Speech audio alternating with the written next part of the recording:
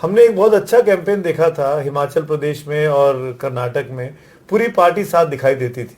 यहाँ पर होगा एक साथ सब सारे राजस्थान के नेता एक साथ एक मंच पर, एक ही सब एक मंच पर, आप और सचिन पायलट साथ साथ सभी एक मंच पर है। वहाँ पे खड़गे जी भी हैं, वहाँ पे राहुल गांधी भी हैं, वहाँ सोनिया गांधी भी हैं। देखिए हमारे यहाँ सब एक मंच पर है।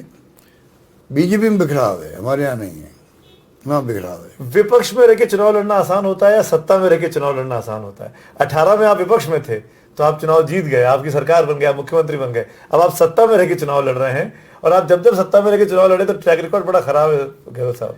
आप ठीक कह रहे हो, पर एक ये भी देखना पड़ेगा आपको, इस बार जो है, इस बार माहौल दूसरा है। मैं आपको एग्जाम्पल देता हूँ केरला का। केरला में 76 साल में लगातार एक बार लेफ्ट एक बार कांग्रेस जीतती आई है, उनका गठबंधन होता है। वो हमारे 30 साल परंपरा चली पड़ी है, वह 76 साल थी।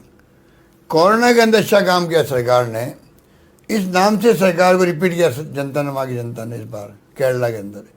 तो हमने तो केरला में काम अच्छा हुआ कोरोना का, हमारे यहाँ भी उससे कम नहीं हुआ, अच्छा हुआ। हमारा भीलवाड़ा मॉडल तो WHO तक पहुँच गया। जी, आपके तो एक बार खुद प्रधानमंत्री ने भी तारीफ की थी।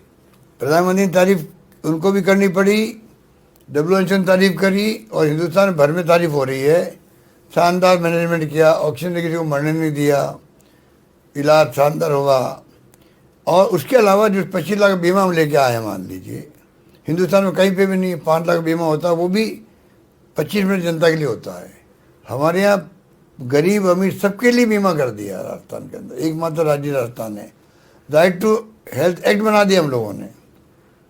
तो आप सोचिएगा कि हमारी जो स्कीमें हैं एक के बढ़ एक, कई क्षेत्र में हम लोग नंबर 1 है। और तो आर्थिक विकास दर में देश के अंदर बड़े राज्यों में जो है नंबर 1 तो है आंध्र प्रदेश, और नंबर 2 राजस्थान 11.04% GDP, और उत्तर भारत में नंबर 1 हम लोग हैं, राजस्थान है।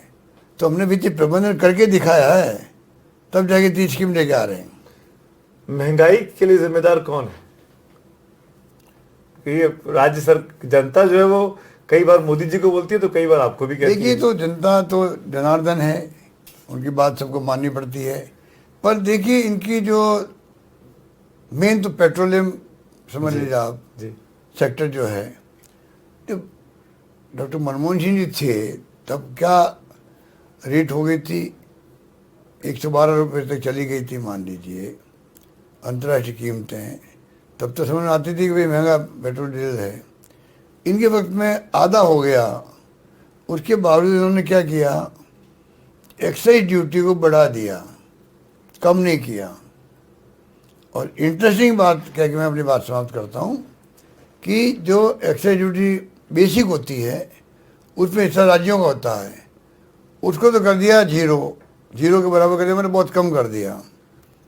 और एक नया लगा दिया special excise duty, additional excise duty और सेस 3, उसमें हिस्सा राज्यों का नहीं होता है।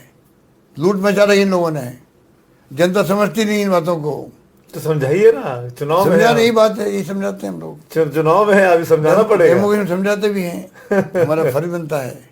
पर ये बताऊँ मैं आपको कि ये तमाम जो है उसमें हिस्सा नहीं होता राज्यों का, उसमें हिस्सा खाली केंद्र का होता है। तो पूरा केंद्र ले रही है रेवेन्यू, उससे अपना काम चला रही है।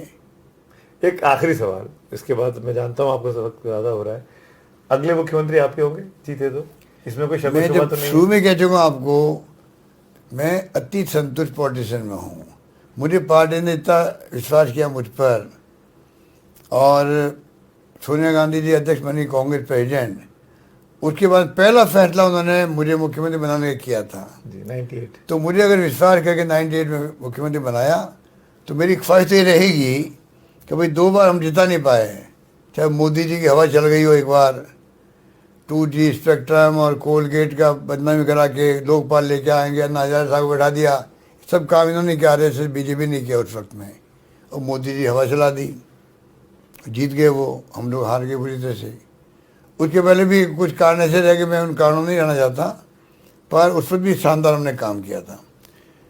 तो मेरी तो ख्वाहिश ये रहेगी भी सोनिया गांधी जी ने मुझ पर विश्वास किया पहली बार 98 के अंदर, तो आज कम से कम मैं एक बार उनको सरकार आके दिखा दूं, बस ये मेरी ख्वाहिश है। विनिंग नोट पे जाना चाहते हैं आप? इसलिए मैं जो है चाहूँगा किसी भी तरह से मैं दिन रात काम करूं। जो कुछ मैंने संभव था 5 साल मैंने 500 वीडियो कॉन्फ्रेंसिंग की मैंने कोरोना के वक्त में, 350 उसके अंदर खाली कोरोना के लिए थी, 500 ऑफिशियल रिकॉर्ड है। और पूरे 200 MP MLA हमारे पार्टी में बीजेपी सब मिला करके सबसे मैंने 22 घंटे बात करी, धर्मगुरुओं से बात करी, एक्टिविस्ट से बात करी, NGO से बात करी। कोई भूखा नहीं सोना चाहिए, मेरा ये नारा था और वही हुआ। मतलब तो मैंने बहुत बारीकी से उसकी मैनेजमेंट किया, ढूंढवाया लोगों को। जो ठेले वाले थे, ठेले बंद हो गए क्योंकि लोग लॉकडाउन में बंद थे, तो घर पे वो क्या खाएं।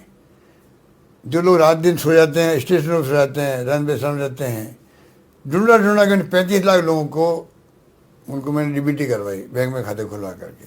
कलाकार तो घर बैठे हुए, कला कौन देखे उनकी, उनको 15,000 रुपये मैंने भेजे। तो एक एक चीज़ को मैंने खुद ने देखा उस वक्त में। तो आप बनेंगे ना मुख्यमंत्री?